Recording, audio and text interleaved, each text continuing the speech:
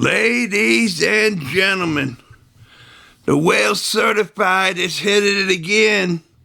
I mean to tell you, we have a big hitter.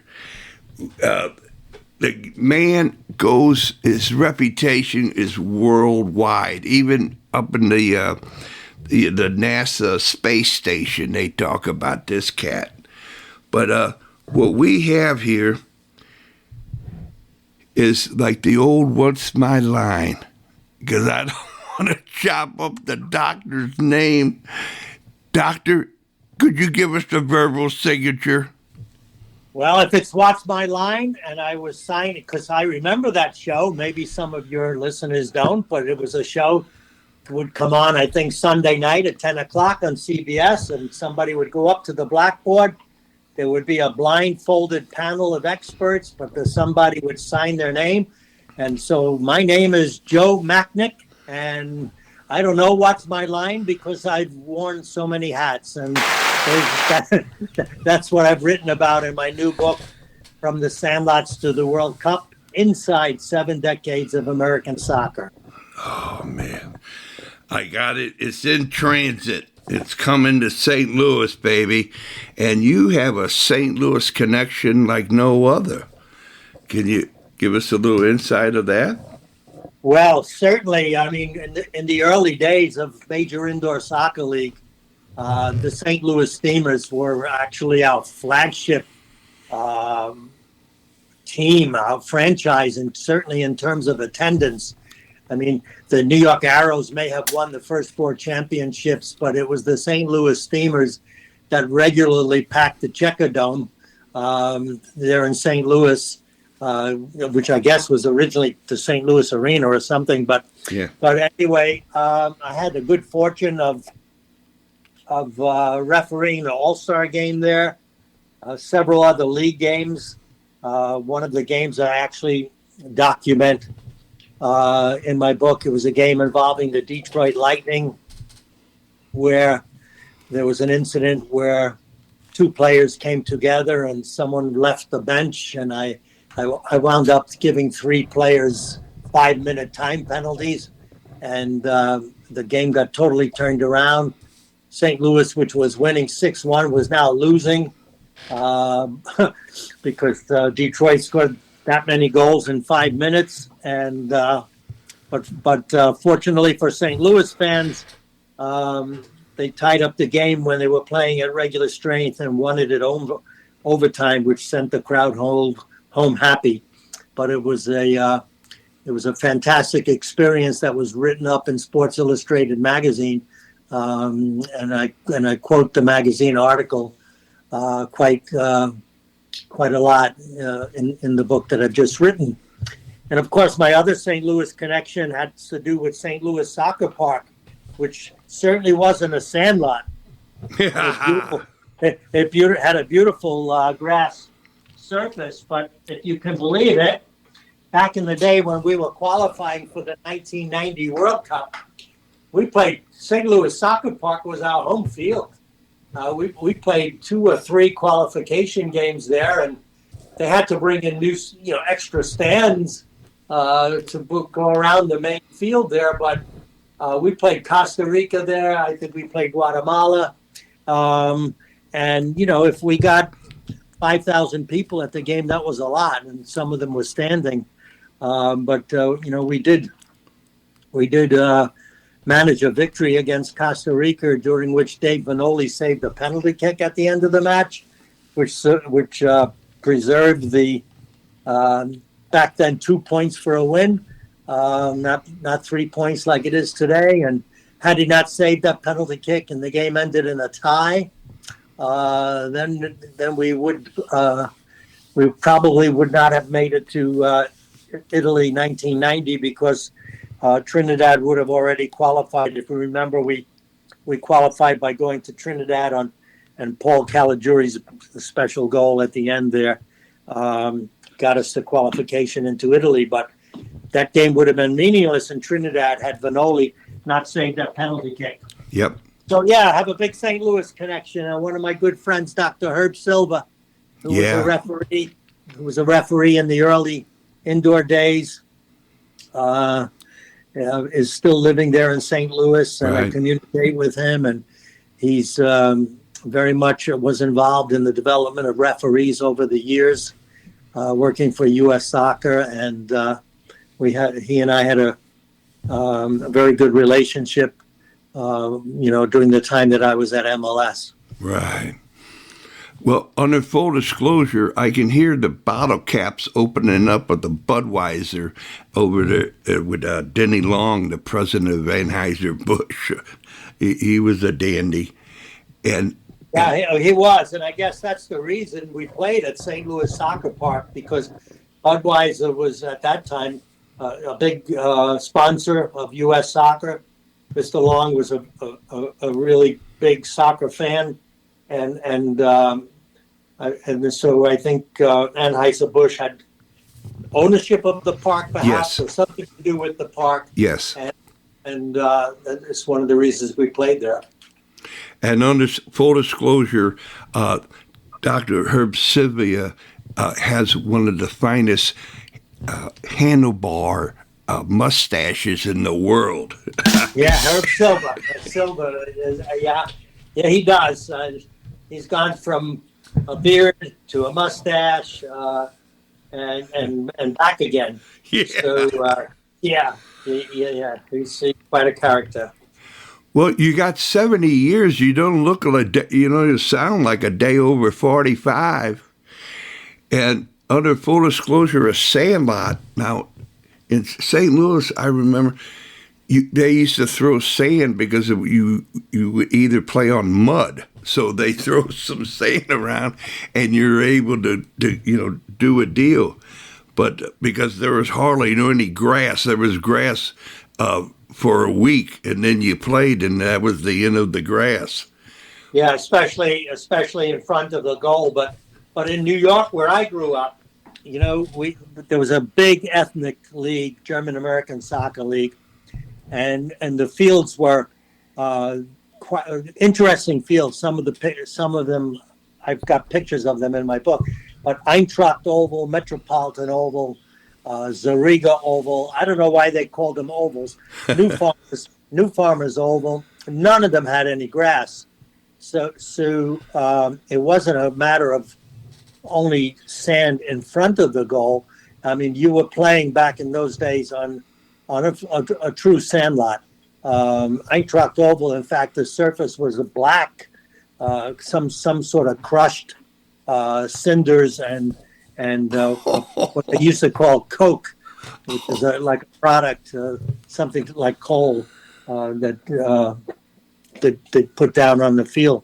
You didn't want to do too many sliding tackles there, and as a goalkeeper, you wore long pants and long sleeve shirt all the time. All the time. Because if you made a diving save, you were going to come up with particles of the field actually embedded into your skin, and a pretty good raspberry on the side of your hips as well. I'm 68, and I don't want to give you a sight leap, but I still have the strawberries, and every once in a while a couple pebbles come falling out. Yeah. So here it is, Doctor, that we played on those types of fields with very good ball control and able to have some technique and strategy with each other. And now you have gone over to the fine grass of the World Cup. Man, have you seen some changes or what? Well, there's so many changes, yeah, and the field certainly plays a part. I mean, and not only the field, but the ball, and for goalkeepers, the gloves, and the shoes and the equipment. Everything is quite different than it was today. But even the laws of the game have changed, as you know. For goalkeepers back then, you could receive a throw-in from a teammate. You could receive receive meaning you could catch it, hold it, and throw it out. You could receive a pass back from a teammate. Back then, playing on a sandlot, you didn't want to receive a pass back because you didn't know where the ball was going to bounce. It could bounce up into you, or you could swing and miss it. It'd be really embarrassing, especially as you described the conditions in front of the goal. Yeah, man. And the uniforms, did you ever wear, phone book instead of shin guards? You would. Now, I've never seen that. I've not a phone book. That's a joke. But I've seen people. I put. There used to be a thing called Reader's Digest. Yeah. I've seen that in people's socks, and also Sports Illustrated. Yeah. That kind of magazine. Phone book would be a stretch. I mean, I don't know. Certainly, if you put 2 phone books in your socks, you'd certainly limit your vertical jump. Well, there you go. You keep us honest, coach and referee, the doctor. So here it is. I speak for everybody that knows it. You developed, and correct me if I'm wrong, but you developed with a close friend of yours to be able to have like that number 1 goalkeeper where you have a goalkeeper striker camp. Is that correct? Yeah. Actually, in 1977, a few years before that, I would be working at other people's camps. Soccer camps were really an important business back in the day because there was no community soccer. There were no local clubs in most towns and communities like we have today. So kids, if they really wanted to learn and get good coaching, they often went to a soccer camp, and there were hundreds of them all over the country. And some of them were sleepaway camps, like the one that I started with John Kowalski, who was a player for me when I was coaching at the University of New Haven. Wow. And so when I would go to these other camps, I would pretty much see that there was no specific instruction for goalkeepers. They were being used mostly for target practice. So I decided to start a goalkeeper camp, which we did in 1977. And it was called Number 1 Goalkeepers Camp. And we started in Connecticut, where I was living, and at a place called the Taft School in Watertown, a private school. And that first year we had 39 goalkeepers, all boys, sign up, and they came from 13 states. Wow. And then we must have done a good job, because the second year we actually moved to a facility which could give us more room, more fields, and more beds. Called Loomis Chafee School in Hartford, Connecticut. And that year we had 200 goalkeepers come from 39 states. Good God. And by year 3, we began our quest to go national. We opened up a camp in Chicago and in LA. And then by year 5, in Texas and other places, Florida. And at one time we were doing, I think, 20 locations in a summer, which meant that sometimes you'd have 1 or 2 locations running at the same time. Wow! So it was quite a deal. But then we were teaching at that point the skills of goalkeeping, how to do things, how to catch, how to dive, how to punch the ball, how to distribute the ball. But we weren't able to do much tactical training because back then goalkeepers couldn't play. They didn't have the foot skills for us even to develop, 2-on-1, 3-on-2 drills, for going to goal or even to play small-sided games. So in order to begin to focus on the tactics of goalkeeping, the when, the why, the where, the decision making, we decided to bring in field players in camp. So we added a striker program, and we organized a go-to-goal program where we said, okay, during the 1 week at camp, you'll take 1,000 shots, and the goalkeeper will make 1,000 saves, and we had big success. Now we still own the camp. In fact, next summer, 2026, will be our 50th year. Wow. Those 50 years, we've had over 100,000 campers. And so we're going to have a little bit of a celebration.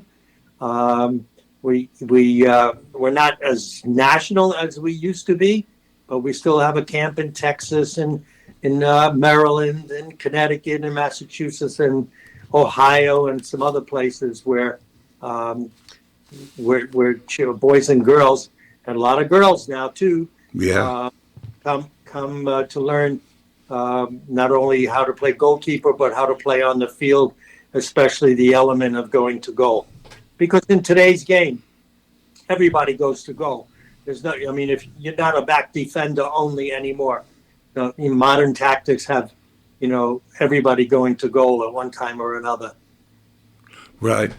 And even with Franz Hook in the last handful of years, talk about the goal player, that truly he or she is the first one to knock that ball out, to distribute beautifully. And goalkeepers getting an assist nowadays. Yeah, that's true.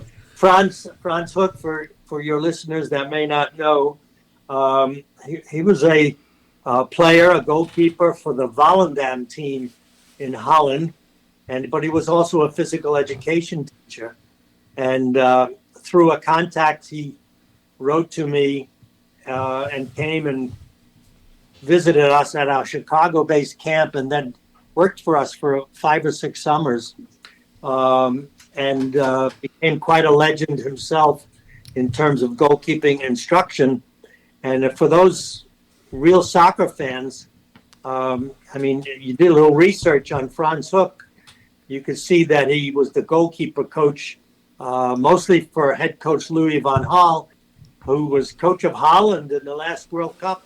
Holland eliminated the U.S., and if you look at the bench, you see Franz Hook there. As the substitutes are coming in, you'll see Franz Hook giving them their final instructions. He helped beat the USA in the World Cup. Yeah, he did. Man, oh man, 70 years, you got a Rolex, babe. Rolodex. What, Franz Hook, can you name drop a couple more? Of goalkeepers that have come through our program? Oh, yeah. Well, just recently, you might know that Nick Raimondo was inducted into the National Soccer Hall of Fame. Yes. Nick holds all the MLS records: minutes played, numbers of wins, numbers of shutouts. He was a former camper at number one, as he was a staff coach, and 1 year. At one time when MLS first started, we had 5 starting MLS goalkeepers that had been campers at number one. Man. Let's think Kevin Hartman. Wow. Nick Raimondo, Matt Reese, Wow. Joe Cat, and John Bush were all campers at number one. Wow. Man, that's... How about the strikers? Did they ever able to get a ball past the goalkeepers that you know of? Yeah, we developed a handful of strikers, both on the men's and women's side too, and many of them gone on to college. Hercules Gomez, who played for our national team, and is now a TV and radio personality of his own. He was a former camper, and the name Sam Coffey might mean something to you. Big player for our women's national team, was for a multi-year camper at number one. Striker camper. Beautiful. Yeah. Yes. It comes. I gotta ask you: is it just sitting around that you're thinking with people that are like-minded, and you're thinking it, or did it just come to you, or was it, the particular numbers? You double the amount. How did you discover the goalkeeping? Because that is, for me, unbelievable. That's the essence of it. the striker and it's the goalkeeper. You got to make it happen. Know the secrets. Well, yeah, I mean, you're correct. I mean, that's the most exciting part of the game, right? Yeah. I mean, you have a lot that happens in a soccer match, but there are times where there are only 2 or 3 real opportunities in front of the goal, and you've got to make the best of it. So if you're the striker, you got to make the best of it and finish that play. And if you're the goalkeeper, you got to make the best of it and stop that goal. So that being the most exciting part of the game, it was an easy sell. Okay. And an easy to develop a program where would interest boys and girls and their coaches, to want to improve their performance in that regard. So, I mean, over 50 years, we certainly did produce lots of players at many levels. Yeah, and it's almost if the striker if they don't have soccer IQ, it's a goalkeeper's ball right then and there. Because if you have it, you got that angle, you got that balance, and most of the time they hit it right at you. Well, if your angle play and your positioning is good, yes. But the higher the level you go, the more astute the strikers become. And yeah, you go. You talk about goalkeepers only having 1, 2, 3 chances a game, to impact a game. The same thing for a striker. And I mean, a guy or girl wearing number 9 up front, they might not touch the ball for 30 minutes. Yep. But when they do touch the ball, they have to make the best of it. Nice. So it's the same as the goalkeeper, and in many ways, it's the same as the referee. You can, as a referee, also impact the outcome of a game because you have those key moments that you have to make a decision. Is it a yellow card or a red card? Is it an offside or not offside? Is it a penalty kick or not a penalty kick? Goal line decision. I always thought that the playing goalkeeper and referee is almost the same thing because you can't really make a mistake. But you can also include the striker into that into that realm. Well, Dr. Wales Certified can give you a good report on the referees here in the St. Louis area. The men and women who wear the stripes and blow that whistle are the finest in America. I want to go on record as saying so. All right. And that the evolution of the goal player and all the boots. Are you a big fan of the wear of the ball and the stuff that most people don't think about? Look, when I started playing, in fact, there's a picture on the front of my book holding the ball. And when I started playing, the ball was, pure leather. It would absorb water. It would grow in size and weight during the course of the game, especially if you had a muddy field, which was often the case, or you're playing on a sandlot, and it had stitches on it like a football. So it was quite a different ball. It was and bigger and more slippery, and you didn't even have gloves back then. But the ball today is very tricky. The strikers you could see the bend that they put on the ball. You see goalkeepers punching the ball, boxing the ball, and you say to yourself, why did they do that? Why didn't they just catch it? And the answer is because catching it becomes problematic. The ball is coming in, it's like a knuckleball in baseball, and you can't be so sure, especially if you don't have your body behind your hands to catch the ball. And if you're catching it above your head or to the left or to the right, maybe it's safer to box it away. So, yeah, the ball, at the same time, there's a benefit for the goalkeeper. Look how far the goalkeepers can punt it now. Look how far they can take a goal kick. back in when I was playing, you didn't even see goalkeepers take goal kicks because they couldn't get it to half field. Now goalkeepers take the goal kick and some of them put it near the top of the opponent's penalty area. Yeah. And the boots. I remember my uncle giving me his pair of boots, and the nails for the spikes came up through the bottom of the shoe. And what is this? Yeah, those shoes. This is before, you're talking before the molded studs and the screw-in cleats. Yes. The cleats were actually nailed into the bottom of the shoe. And sometimes those nails came through the sole into the foot of the player. Yeah, absolutely. Oh, man, I tell you, a lot of cardboard, you play. Yeah. Yeah.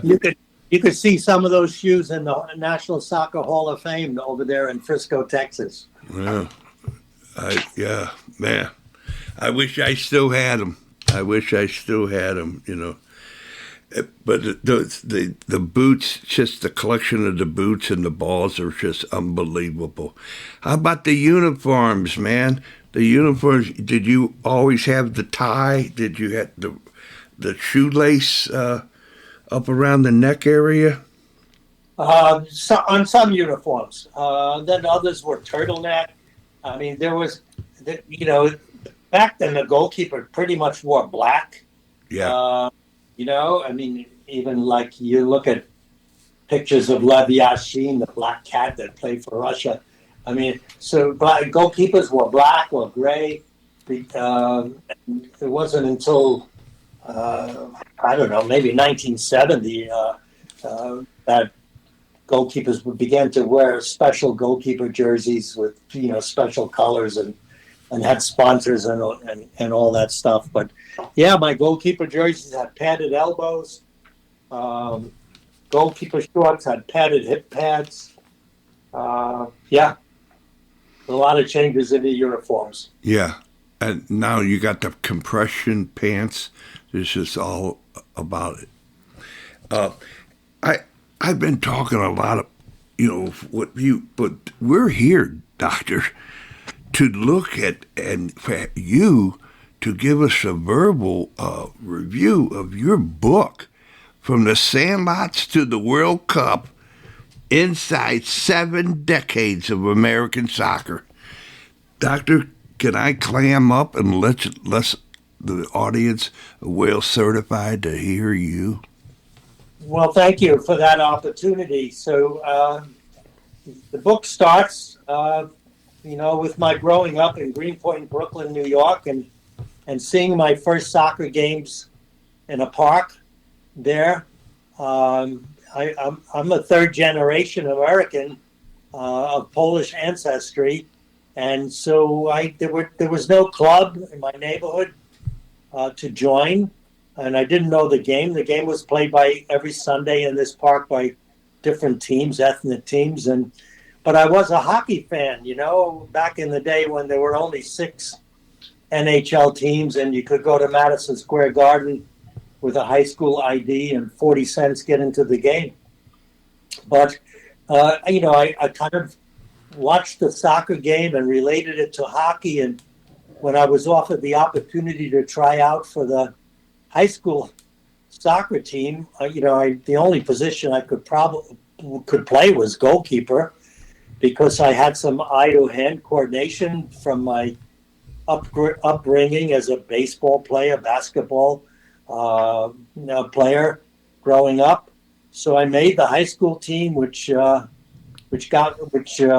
fortunately had a player on the team who was of Ukrainian ancestry, and he brought me to his ethnic club in New York, the New York Ukrainians, which was where I really learned the inner game. And I got a college scholarship to play at Long Island University, coached them. Because I was a phys ed major, I learned how to referee. I mean, I've just done quite a few things as I've outlined in the book, and have been like in the right place at the right time, I guess. But I also had some great people that have helped me along the way, like my college coach, Gary Rosenthal, Walter Chisowitz, who embraced me as a friend, and someone who I put me in the position of referee in chief of Major Indoor Soccer League, and with the national team, and of course Earl Foreman, who was the commissioner of the indoor league, that that taught me so much about professional sports, because he had been part owner of an NFL team. He owned the Virginia Squires of the ABA when Dr. J played there. So, I mean, I just had, I don't know, I've just been lucky in that regard. And when MLS called in year 2 of the league and said they needed some help with their officiating program, that started a 15-year career for me at MLS, which then led to an 11-year career at Fox Sports TV as Dr. Joe, the soccer rules analyst, for World Cup games and other international games that they broadcast. Yeah, so been very lucky, and that's what the book about. It's 344 pages. It's got 115 pictures, many of them in color. The hardcover edition is in full color. The paperback is in black and white. It's available right now. Both of them are available on Amazon.com. It's easy. You go to Amazon.com, you put in my name, Machnik. The book comes up, and you hit the thing, and you can have it delivered the next day. Man. You don't need a book tour anymore. You just go on Amazon or Noble or any of those kind of places. Yeah. No, it's only been out since a week ago. It'll be a week. This tomorrow it'll be out a week, and it's doing very well. And got a terrific review last night on Soccer America, which I'm sure is going to help. And so here we go. And gentlemen like you have asked me to be on a podcast. I've been on one other one. I've got another one scheduled. So we'll do everything we can to promote the book and help people with the World Cup coming to the U.S. next summer, help people understand how we got here over the last 7 decades that soccer has become part of the American pop culture. So it's now part of everyday. I mean, there are soccer fields all over the country. No more ovals, no more sandlots. Yeah, no more sandlots. We're now. I used to joke when I played there was no grassroots soccer because there was no grass. Boom. Yeah, so it is what it is. I remember when Soccer America first came out. Yeah. And so that was a beautiful review for you. As it goes down, you got 10 more minutes? Of course. Okay. How it goes down is that we have this, that, all the stuff. Now getting into it's not the, to give an audit. How would you give an audit to American soccer from where we started, where you started, where we went, and now? Well, that's really a good question. So my answer to you is, first of all, what's the barometer? How are we measuring it? So if we're measuring it, number of participants, unbelievable. If we're measuring it, number of facilities, unbelievable. If we're measuring it, I'm talking about growth. Growth is meaning increase in size. If we're measuring it on number of games that are on TV every day, be it live or streaming service, unbelievable. I mean, you could watch soccer 24 hours a day almost. Back in the day, you'd be lucky if you could watch on Saturday Soccer Made in Germany. Yeah, Toby Charles. Yeah, a 1-hour show of a condensed game. So, and that was on educational TV. So those barometers, you can say there's been tremendous growth. Now, development. Certainly on the women's game, there's been tremendous development. If you're using the barometer of the World Cup, the Olympics, there's fantastic growth and development of the women's game. They are the world champions, but the rest of the world is catching up. The games become a little bit more difficult, but our skill on the field is becoming that much better. We used to be able to win women's games with a lot of strength and power, but now it's a combination of strength, power, skill, tactics, coaching, everything in order to win a game. If you're using the barometer of soccer-specific facilities at the pro level, unbelievable the job that Don Garber has done at Major League Soccer. You have the team there in St. Louis as well. This hasn't been their best year on the field, I know, but couple players here and there, a couple of changes can turn things around. Well, everyone is nervous about how we're going to do in this World Cup. With the 2026 World Cup being played in Mexico, Canada, and the U.S., but with the majority of the games being in the U.S., it's thought of as being, the real opportunity for soccer to become not only part of the pop culture, but to become an American pastime, and that our national team would have to, do well. What does do well mean? It means obviously getting out of the group. It means winning a knockout game, maybe winning a second knockout game, maybe a third. Home teams usually do well in World Cups. A lot depends on the group. The groups haven't been decided yet that we're put in, the initial group. I think December 5th is the draw. In the last couple games, the national team has shown improvement. There was a period of time where you wondered if they had no non-compete contracts because the level of intensity and the level of competitiveness seemed to be lacking. But that seems to now come back, and you combine the American spirit, the level of competitiveness, the ability to compete, and you combine that with some of the skill that we have on the field now.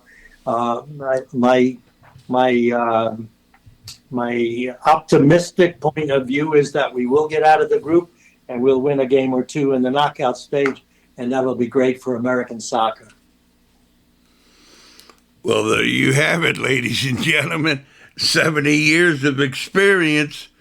You don't look a day over 55. Well, that's 55 plus 30 and you're close. Oh, Doctor, you're so informative, entertaining and informative. I just can't wait till the next time we meet up. Maybe to do a movie. Your life would be in a movie form or something. Well, if you want to be my agent and get that job done, let me know. All right, then. All right, then. It's been so great talking with you. Yeah. I hope you get a lot of response on the podcast. If people send in questions or whatever, send them along to me, and I'll be happy to answer them. Okay. The last thing, Doctor, it's a custom here at Wales Certified to say, Doctor, whatever you want to say to who you ever want to say it to, for as long as you want to say it for. This is your opportunity. Well, thank you.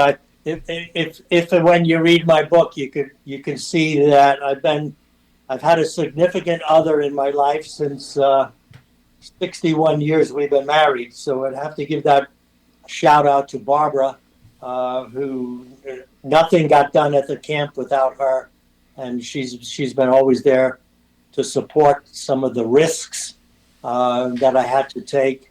For example, you say, what kind of risk? Well, I gave up tenure at a university to go to the MISL. That was a pretty big risk. Yeah. But we took a lot of chances, and she's been the principal editor of my book, proofreader extraordinaire, and without her, the book didn't get done, and without her, nothing would have happened that would have enabled to me to have a 7-decade career in soccer. Wonderful, man. Way to go, Barbara. And, Okay. and so you know, Barbara's Wales certified.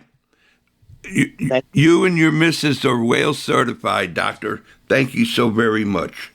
All right, man. Have a great day, and let's keep our fingers crossed for that national team to get some results. Boom, boom. All right, then. Thank you, Okay. Doctor. Bye-bye, Joe.